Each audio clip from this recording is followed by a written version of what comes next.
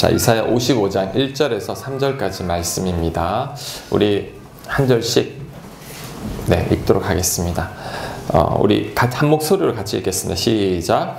오호라 너희 목마른 자들아 물로 나아오라.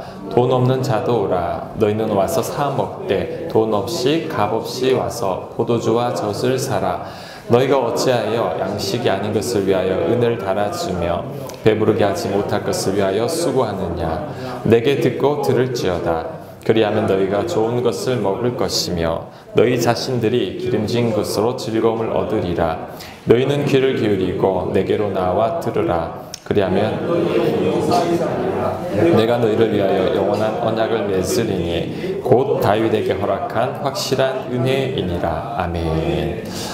인터넷으로 그 충전 케이블을 하나 구매를 했습니다. 그런데 딱 꽂아 보니까 안 됩니다. 그래서 어쩔 수 없이 반품을 해야 됐죠. 반품을 하면서 이런 생각을 했습니다. 우리 인생도 이러면 얼마나 좋을까. 자, 내 뜻대로 되지 않았을 때 다시 살 수 있다면, 내가 잘못된 선택을 했을 때 물을 수 있다면, 우리 인생도 이렇게 잘못됐을 땐 반품도 하고 다시 시작할 수 있으면 얼마나 좋을까라는 생각을 한번 해봤습니다.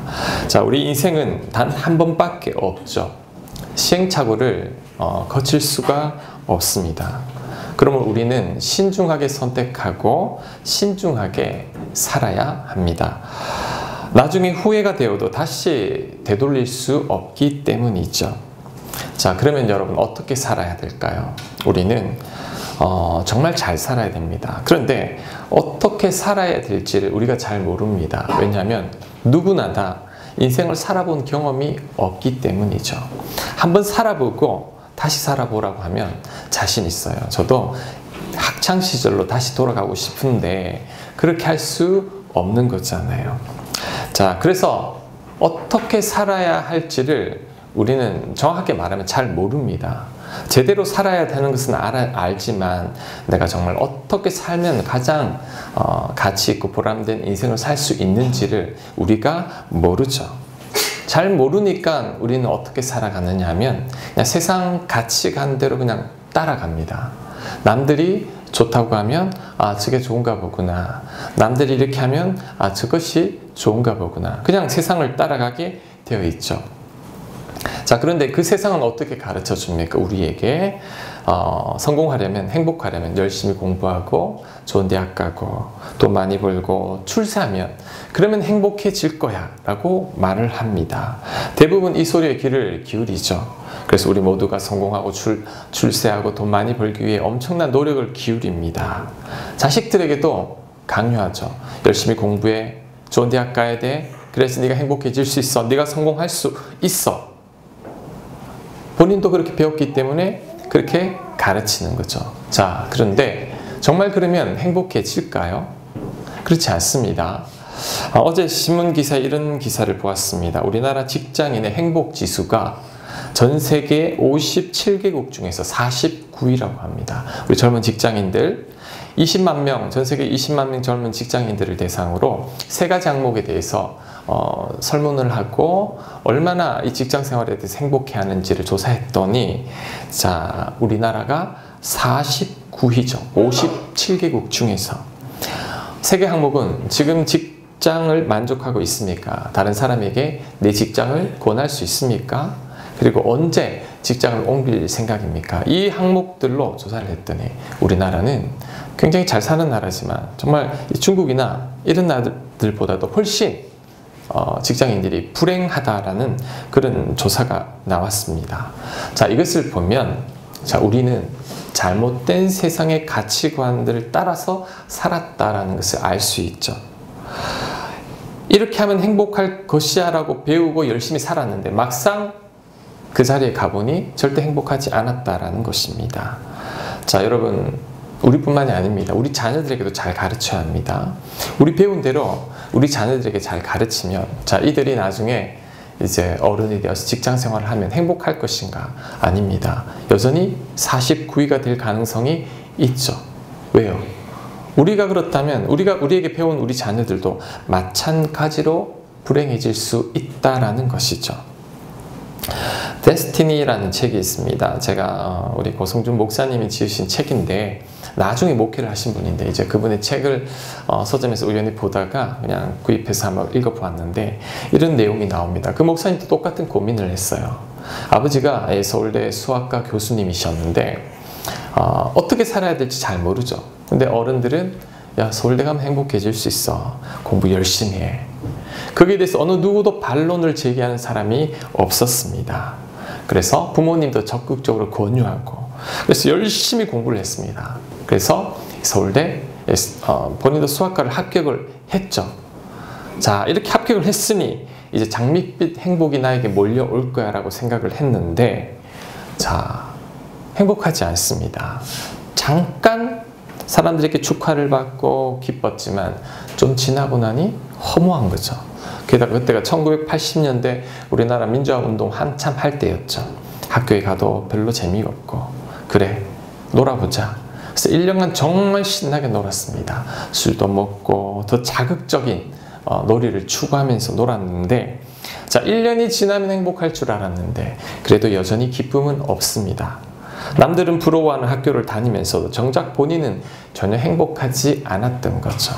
이렇게 고민 가운데 뭐 어쩔 수 없이 공부를 해야 되니까 경쟁하면서 졸업을 하고 자 어떻게 할까? 그러다가 그는 유학 갈 결심을 합니다. 유학 가서 학위를 따고 이제 좋은 교수님이 되면 더 행복해질 수 있을 거야.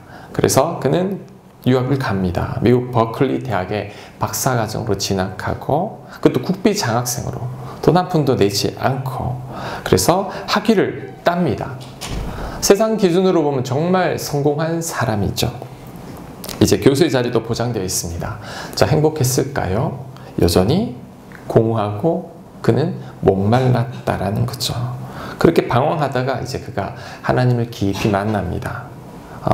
교회는 다니고 있었지만 깊이 하나님을 못 만났지만 하나님을 깊이 만나고 하나님께서 그에게 이런 감동을 주십니다. 이제 더 이상 세상의 규격대로 살면 안 된단다. 세상의 가치관대로 산다고 네가 행복해지는 게 아니란다. 그것은 허상이요 신기루와 같은 것이다.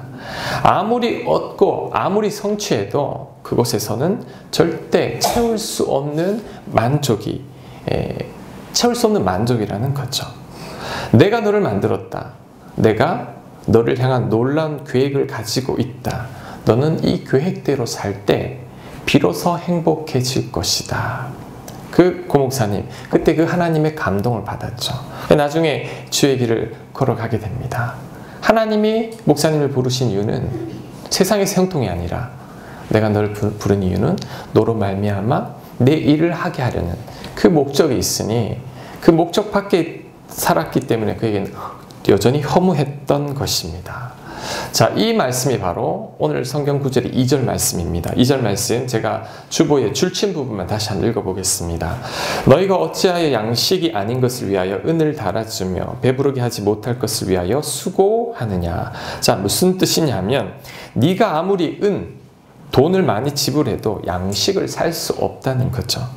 아무리 수고해도 배부르지 못하다는 것입니다. 이 말씀을 지금 시대에 적용해보면 우리 생각에는 자 좋은 대학 가고 좋은 직장 얻고 그냥 좋은 배우자 만나서 좋은 직장을 써 돈 많이 벌고 출세하면 행복해질 것 같은데 그렇지 않다라는 거죠. 하나님이 이렇게 말합니다. 네가 아무리 돈을 많이 지불하고 아무리 수고하고 애써도 그것이 결코 너를 만족시켜 줄 수 없단다라고 이야기하고 있습니다. 성경 이 구절을 보다 보니 여호와 신포도 비유가 다시 생각이 났습니다. 그 이야기가 있죠. 수백 마리 여우가 살고 있었는데 그 여우 사는 마을에 한중간에 포도나무 한 그루가 있었습니다. 근데 포도나무가 너무 높아서 아무도 먹지 못하고 여우 중에 가장 힘센 여우가 다른 여우들을 짓밟고 올라가서 겨우 이 포도를 따먹을 수 있었던 거죠. 그래서 이 여우들 사이에서 굉장한 경쟁이 있었습니다. 어느 날 그 중에 가장 힘센 포도가 나머지 여우들을 짓밟고 올라가서 포도를 따먹었습니다. 딱 먹었던 순간에 밑에 있던 여우들이 전부 다 그 힘센 여우를 바라보면서 야 맛있어? 어떤 맛이야? 왜냐하면 궁금하잖아. 자기들 못 먹어보니까. 그런데 이 힘센 포도가 이 포도를 먹어보고 깜짝 놀랍니다. 너무 맛이 없습니다. 신포도인 거예요. 아니 내가 이 포도를 먹으려고 이 고생을 했던가? 밑에서는 야 맛 어때? 맛 어때? 차마 맛없다는 말을 못하고 이런 말을 합니다. 정말 맛있다고. 둘이 먹다가 하나가 죽어도 모를 만큼 맛있다고. 그러니까 밑에 여우들은 흥분합니다. 와 우리는 언제 저거 따먹어보나. 밑에 있는 여우들의 꿈과 목표는 저 포도를 따먹는 거죠. 그래서 자기들끼리 또 경쟁합니다. 그 다음 어느 날 또 다른 여우가 올라오겠죠. 역시 먹어보니까 맛이 없습니다. 그래도 맛없다 소리 못하고 맛있다라고 거짓말합니다. 왜냐하면 맛없다 하기엔 너무 허탈한 거죠. 우리 인생이 이와 같습니다. 좋은 대학, 돈, 권력, 인정, 높은 지위. 자, 그것을 얻게 되면 여러분 행복할 것 같지만 아닙니다. 절대 그렇지 않습니다. 여러분이 아직 포도 맛을 못 봐서 그렇지 막상 먹어보면 신포도입니다. 맛없습니다. 내가 지금 이거 먹으려고 이 고생했던가라는 그런 마음들, 허탈함이 몰려올 것입니다. 그것을 맛본 자들은 자기들밖에 없으니까 맛있는 것처럼 행동하지만 거짓이죠. 맛없죠. 그러니까 또 다른 만족을 찾아서 헤매고 있지만 여전히 그들에게는 만족이 없다라는 것이죠. 자, 성경에 이렇게 신포도를 먹어본 자가 나옵니다. 누구냐면 솔로몬입니다. 그는 인간이 누릴 수 있는 모든 쾌락과 즐거움을 다 누려보았고 인간이 할 수 있는 모든 것 다 해봤습니다. 돈도 많이 가져봤죠. 그가 내린 결론이 전도서 2장 11절입니다. 우리 같이 한번 읽어보겠습니다. 시작! 그 후에 내가 생각해 본즉 내 손으로 한 모든 일과 내가 수고한 모든 것이 다 헛되어 바람을 잡는 것이며 해 아래에서 무익한 것이로다. 야, 바람을 잡는 것과 같았다라는 것, 무익하다라고 고백합니다.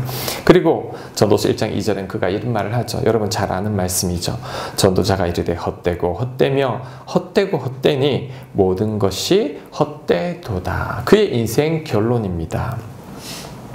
여러분 세상 사람들의 말에 속지 마십시오. 세상의 규격과 세상의 가치관대로 살면 행복하다라고 하는데 그렇지 않습니다. 자녀들에게도 그렇게 가르치지 마십시오. 얘들아 이렇게 해야 행복하고 이렇게 해야 성공해야 된단다. 그거 아닙니다. 여러분 확신 있습니까? 여러분 그렇게 해서 정말 행복했습니까? 아니죠. 모르고 가르치는 거죠. 왜? 남들이 하니까. 그런데 절대 그렇지 않습니다. 우리가 살아온 방식대로 우리 아이들에게 가르치고 자녀들에게 교훈을 물려준다면 그 애들도 여전히 우리랑 똑같은 길을 걷게 됩니다. 우리가 잘못 배웠고 잘못 가르치고 있죠. 자, 그러면 어떻게 살아야 될까요? 어떻게 하면 공허하지 않고 헛된 인생을 살지 않게 될까요? 자, 오늘 성경에서 그 해답을 주고 있습니다. 자, 첫 번째, 우리는 허무한 인생을 살지 않으려면 하나님께 나가야 하고 하나님을 만나야 합니다. 자, 1절 말씀, 이사야 55장 1절 말씀 제가 읽겠습니다. 오호라 너희 모든 목마른 자들아 물로 나오라. 목마른 자들은 허무하고 공허한 자들입니다. 이것저것 다 해봐도 만족을 찾지 못하는 자들, 하나님의 은혜가 필요한 자들이죠. 하나님이 이렇게 말합니다. 나에게 나와라. 내가 너의 그 갈증을 해결해 주겠다. 계속 읽습니다. 돈 없는 자도 오라. 자, 돈 없는 자는 누구나 오라는 거죠.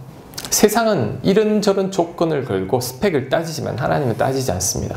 누구든지 나에게 오기만 하면 자, 내가 채워주겠다라는 거죠. 계속 읽습니다.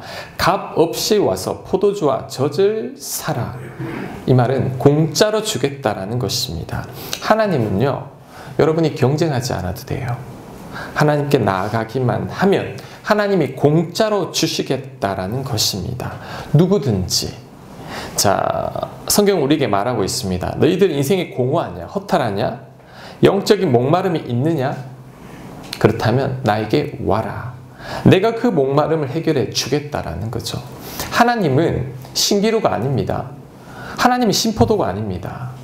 하나님은 정말 단 포도죠. 그 하나님을 한번 만나고 경험하게 되면 우리의 이 영적인 목마름이 해결되는 거죠. 자, 예수님도 비슷한 이야기를 합니다. 요한복음 4장 13절에 예수께서 대답하여 이르시되 이 물은 세상의 물이죠. 세상의 규격과 가치관을 말합니다. 이 물을 마시는 자마다 다시 목마르려니와 목마릅니다. 아무리 채워도 만족함이 없습니다. 하지만 14절 내가 주는 물을 마시는 자는 영원히 목마르지 아니하리니 내가 주는 물은 그 속에서 영생하도록 솟아나는 샘물이 되리라. 무슨 말입니까? 너희들이 세상 물 아무리 마셔봐도 절대 채워지지 않는단다. 진정한 만족은 진정한 기쁨은 나에게 와야 한다.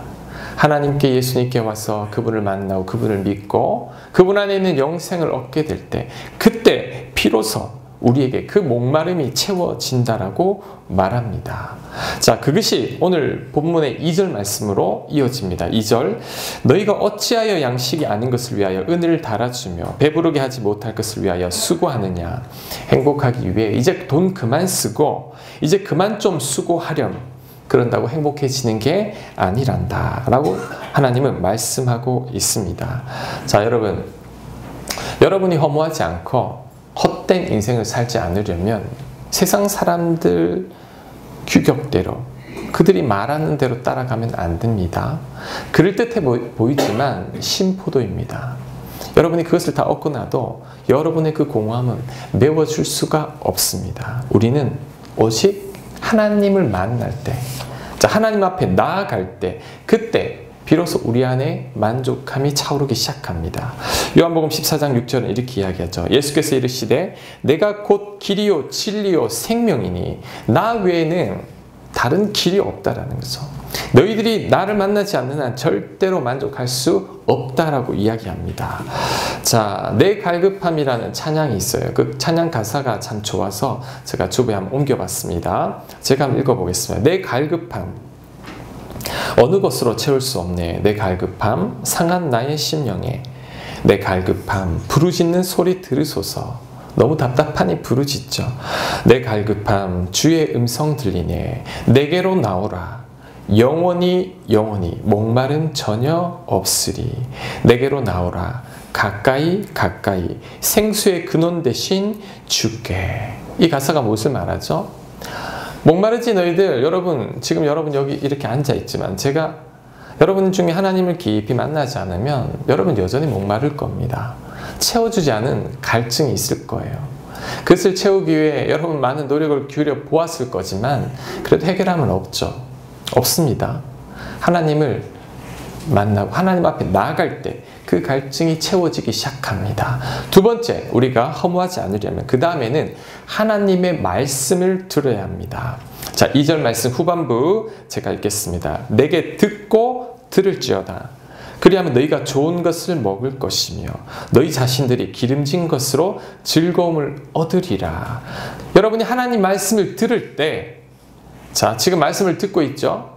그냥 귀로 듣고 잊혀버리는 게 아니라 이 말씀이 들려지면서 여러분 마음에 새겨질 때, 그리고 여러분이 성경 말씀을 읽으면서 그것이 여러분 안에 새겨질 때, 그때 기름진 것을 먹게 되고 즐거움을 얻게 됩니다. 그때부터 공허함이 사라지기 시작하고 그때부터 여러분의 목마름이 채워지기 시작합니다. 3절 다시 말합니다. 너희는 귀를 기울이고 내게 나와 들으라. 그리하면 너희의 영혼이 살리라. 하나님 말합니다.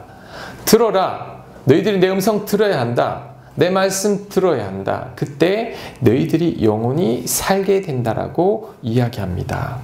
자, 여러분 저를 한번 보세요. 지금 말씀을 듣고 있잖아요. 자, 그리고 여러분 집에 가서 개인적으로 성경 읽잖아요. 이게 아무것도 아닌 것 같아도 절대 아닙니다. 하나님은 말씀을 통해, 여러분이 읽는 말씀을 통해 여러분을 만납니다. 여러분을 건드립니다. 제가 매일 묵상글을 여러분에게 보내주는 이유는 한 가지입니다. 매일 한 번이라도 하나님이 여러분을 터치를 해야 됩니다. 하나님이 여러분을 건드리고 하나님 말씀을 통해 여러분이 하나님을 만나기 시작할 때 그때부터 이제 이 목마름이 해결되기 시작합니다. 이 갈증이 사라지기 시작합니다. 다른 방법은 없습니다. 여러분이 하나님 만나는 다른 방법이 뭐가 있습니까? 기도, 말씀 외에는 없습니다.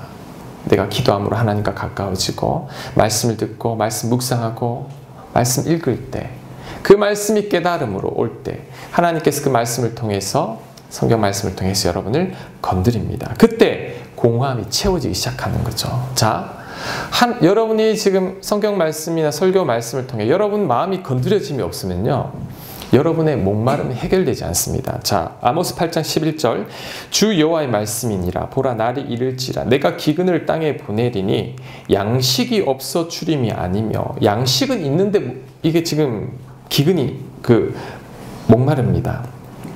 줄입니다. 물이 없어 가람이 아니요 여호와의 말씀을 듣지 못한 기갈이라.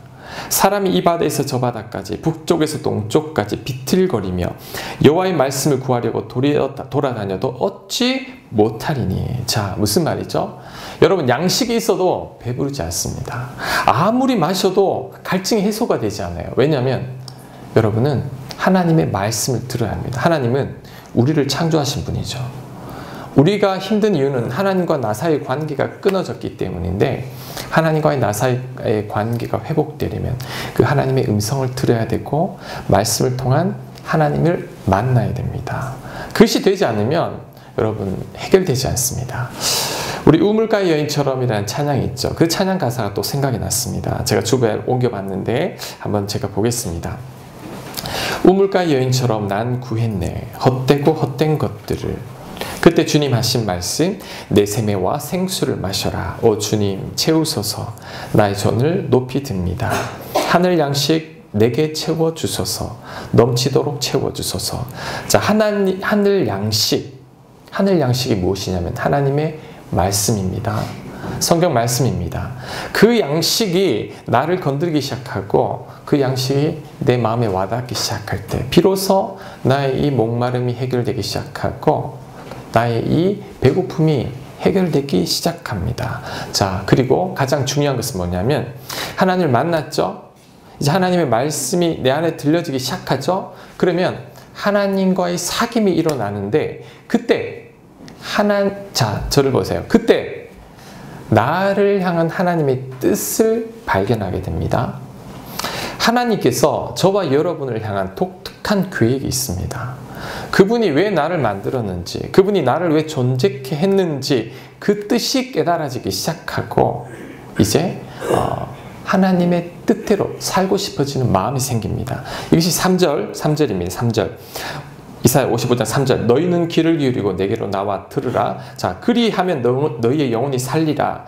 내가 너희를 위하여 영원한 언약을 맺으리니 곧 다윗에게 허락한 확실한 은혜이니라. 내가 너희를 위한 영원한 언약, 너희를 위한 영원한 언약. 자, 여러분을 위한 언약을 하나님이 보여주신다라는 거죠. 그 언약이 뭐냐면 두 가지입니다. 첫째, 여러분이 하나님 만나면, 예수님 만나면 영생을 얻게 됩니다. 우리는 죽어도 삽니다. 부활합니다. 하나님 곁에 영혼이 있죠. 자, 제가 이것을 알고 나니까 저의 인생이 바뀌었습니다. 저도 늦게 하나님을 만났지만 이 땅의 삶이 다가 아니라는 게 느껴져요. 이 잠깐뿐인 이 땅의 삶에 내가 왜 집착하나? 집착하지 않아야겠다. 이런 마음이 생기기 시작합니다. 그리고 나를 향한 하나님의 뜻이 깨달아집니다. 자, 하나님께서 여러분을 택한 이유가 있습니다. 그 이유를 하나님께서 가르쳐주기 시작하시는 것이죠. 그때 내 인생이 달라지기 시작합니다. 제가 앞에서 언급한 우리 그 고성준 목사님, 미국에 사기를 따고 왔죠. 여전히 공허한 가운데 있다가 하나님을 만납니다. 말씀을 통해 하나님과 교제가 시작되었습니다. 그때 어느 순간 하나님께서 그에게 하나님의 뜻을 보여줍니다. 어떤 뜻이냐면 내가 너를 부르겠다. 내가 너를 쓰겠다라는 그 하나님의 감동을 주시죠. 여러분, 미국에서 박사학위 다 마치고 교수의 자리가 보장되는데 목회자로 부르니 이게 쉽지 않죠. 목사님은 그것보다 더 큰 흠이 있었어요. 그게 뭐냐면 말 더듬는 사람이었어. 말 더듬이었죠. 수학과를 진학한 이유도 말을 너무 더듬으니까 앞에서 강의를 해야 되는데 말 더듬는 사람이 강의를 못하니까 수학과는 수학 문제만 잘 풀면 되잖아요. 그래서 수학과를 지원했는데 목회자로 부른다고 하니 도저히 자신이 없는 거죠. 하나님 안 됩니다. 난 말 더듬습니다. 내가 어떻게 목회자를 합니까? 계속 거부하는데 하나님은 강하게 당신의 뜻을 보여줍니다. 그리고 그 상황 속으로 몰고 가요. 자, 그래서 순종하는 마음으로 처음으로 정말 두려운 마음으로 강단에 서게 됐는데 그 책을 읽어보니 처음 설교할 때부터 그때 말 더듬는 게 사라져 버렸다는 거죠. 이게 하나님의 은혜죠. 평생 30여 년 동안 이 말 더듬는 것 때문에 고생했는데 내가 하나님 말씀에 순종해 앞에서 처음 말씀을 전하고 그때부터 이제 더듬는 게 사라졌다는 거죠. 그리고 힘들지만 자, 그 사명을 감당했을 때 비로소 그의 영혼의 목마름이 사라지기 시작했다는 것. 영혼의 만족함을 누리게 되었다라는 것이죠. 하나님이 당신을 향한 계획을 깨닫고 그 뜻대로 살아갔을 때 지금까지 그가 평생 허무하고 힘든 인생을 살았던 이유는 세상 가치관대로 쭉 따라갔기 때문이었고 이제 하나님의 뜻을 발견하고 하나님의 뜻대로 살아가니 그에게 진정한 만족이 찾아왔다라는 것입니다. 저 그 책을 서점에 가서 우연히 쭉 살펴보다가 이 대목이 눈에 딱 들어왔어요. 왜냐하면 저랑 비슷한 부분도 있었죠. 저도 늦게 이 세상에서 뭐 젊을 때 좀 방황하다가 늦게 하나님을 만났습니다. 하나님을 만났을 때 가만히 돌이켜보니 말씀으로 교제를 했던 것 같아요. 성경이 그때 이제 읽혀지고 성경이 재밌고 설교 들을 때마다 전부 저한테 주는 말씀이었고 성경 읽을 때마다 나에게 주는 말씀이었습니다. 그 말씀을 늘 읽다가 하나님 저에게 어느 날 저도 부르셨어요. 저를 부르시는 것 같다. 제가 그것을 놓고 기도를 했죠. 하나님 정말 맞습니까? 근데 나는 암만 생각해도 자질은 없습니다. 저는 그때 또 굉장히 내성적인 사람이었어요. 얼마나 내성적인 사람이었냐면 제가 고등학교 올라가기 전까지 이 사람들 앞에 말을 못했어요. 그러니까 제가 예전에 한번 이야기한 것 같은데 국어 시간을 제일 싫어했습니다. 국어 시간에 책을 읽히잖아요. 그래서 사람들 앞에 책을 못 읽는 거예요. 그래서 저는 굉장히 소심했고 내성적이었고 학교 가는 게 싫었고 그런 내가 목회자를 한다니까 못합니다. 선교사 하겠습니다. 그냥 오지에 가면 몇 명 안 되는 사람들한테 복음 전하는 선교사 할 테니 저는 도저히 자신 없습니다. 그런데 하나님이 부르셨고 말씀으로 부르셨습니다. 내 은혜가 내게 족하도다. 이는 너의 능력이 약한 데서 온전하여 침이라. 너 약하니 나 붙들게 되어 있다. 저 그 말씀 붙들고 신학교를 갔고 처음 설교하는 날 기억납니다. 이 고등부 전도사 때 얼마나 긴장되는지 정말 상상 못할 겁니다. 여러분들 3달간 잠을 못 잤습니다. 6개월 동안 토요일뿐 거의 날밤을 샜습니다. 다음날 주일 설교 때문에 첫 설교하는 날 막 너무 긴장해서 이 손이 막 꼬이기 시작했어요. 열중샷해서 이렇게 설교를 했던 기억이 나는데 하고 무슨 정신으로 했는지도 모르겠죠. 하고 내려오니까 우리 교사 선생님이 전도사님 은혜 받았습니다. 그러니까 내가 그냥 하는 소리겠지. 어떤 전도사님 은혜 받았습니다. 여러 번 들었어요. 거짓말은 아닌 것 같아요. 제가 그날 기숙사 가서 이렇게 펑펑 울었던 기억이 납니다. 나 같은 사람도 하나님이 쓰는구나. 나 같은 사람을 통해 사람들이 은혜를 받게 하는구나. 얼마나 감사했는지 모릅니다. 힘들어요. 목회라는 게 힘들어요. 그러니까 설교하는 것도 힘들어요. 지금도 힘들어요. 그런데 괜찮아요. 왜? 내가 주님의 뜻대로 살아가고 있으니 내 안에 기쁨이 있고 목마름은 없습니다. 누가 나한테 1억을 줄 테니 목회하지 말고 다른 거 하라고. 그래서 저는 안 할 거예요. 왜? 그게 저를 만족시킬 수 없거든요. 그 은으로 배부른 게 아닙니다. 내가 암만 수고한다고 내가 만족하는 게 아니죠. 나의 만족은 내가 하나님 뜻대로 쓰임받을 때 하나님 뜻대로 살아갈 때 나에게 진정한 만족이 있는 것이죠.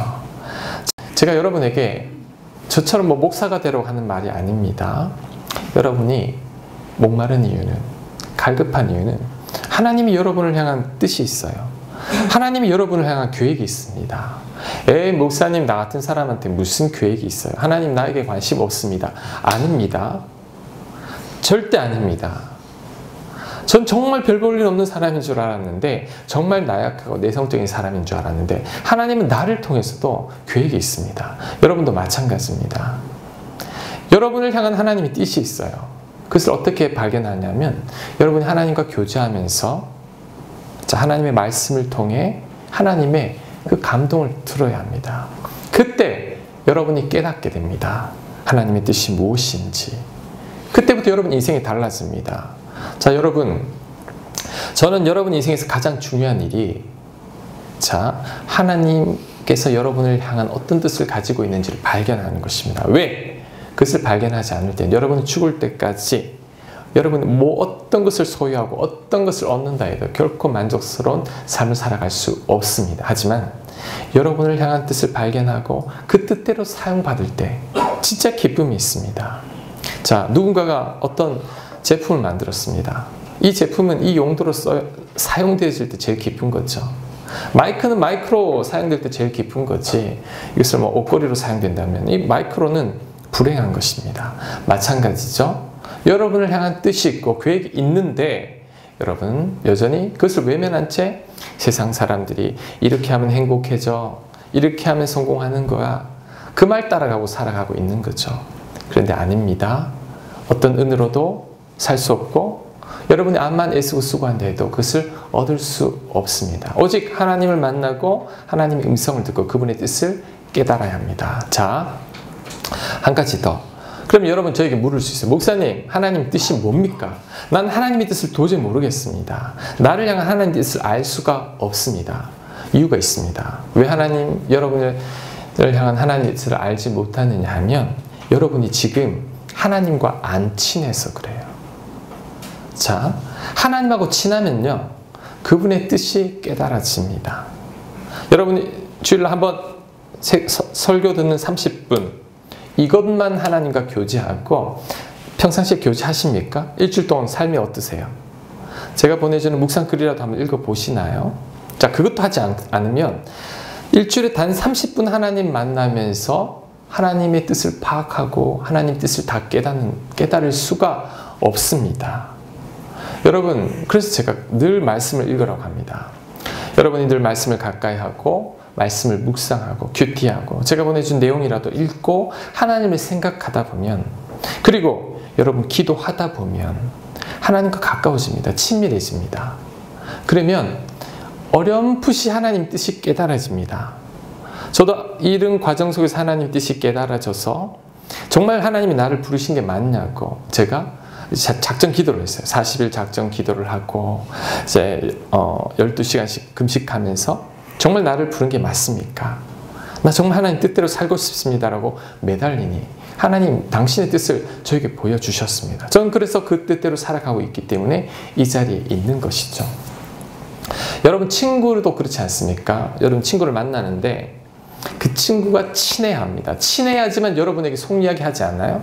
친하지도 않는데 여러분 어떻게 알겠습니까? 만약에 여러분들 가운데 일주일에 한 번 예배 드리는 것 외에는 하나님과 교제하지 않으면서도 나는 하나님의 뜻을 압니다, 하나님의 음성을 들을 수 있습니다 라고 하는 분들이 있다면 그분들이 좀 목회를 해야 됩니다. 왜요? 저는요 매일 보고도 하나님 뜻을 모를 때가 있고 매일 말씀을 보면서도 내 육체를 따라 살아갈 때가 있는데 일주일에 한 번만 하나님 만나고도 하나님의 음성이 들리고 하나님 뜻이 깨달아진다면 저는 그분은 거의 선지자 수준이라고 생각합니다.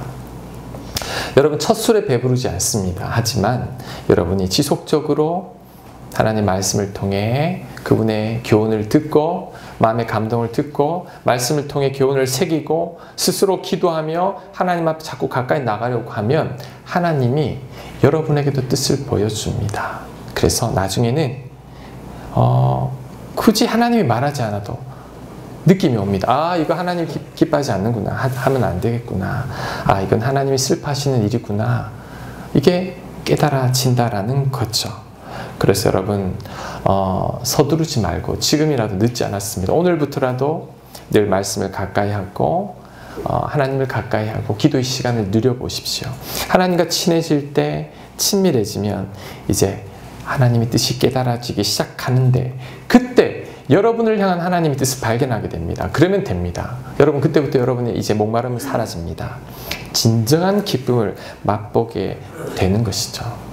그리고 제가 만약에 한 가지 팁을 더 드린다면 그래도 목사님 하나님 음성을 잘 듣고 하나님 뜻을 분별하는 걸 알고 싶습니다. 자, 7절 말씀입니다. 우리 같이 한번 읽겠습니다. 시작. 악인은 그의 길을 불의한 자는 그의 생각을 버리고 여호와께로 돌아오라. 그리하면 그가 긍휼히 여기시리라. 우리 하나님께로 돌아오라. 그가 너그럽게 용서하시리라. 자, 저를 보십시오. 하나님의 뜻을 알 수 없는 가장 큰 이유 중에 하나가 내 안에 있는 죄입니다. 내 안에 있는 죄 때문에 악한 길, 불의한 길 버리고 오라고 그러죠. 왜? 너 그거 죄를 가지고 있고 내 안에 미움 가득하고 분노 가득한 채로 내 앞에 와도 내 뜻을 알 수 없습니다. 왜? 우리 하나님은 사랑이시죠? 하나님은 미움 없습니다. 죄와 더불어 거할 수 없습니다.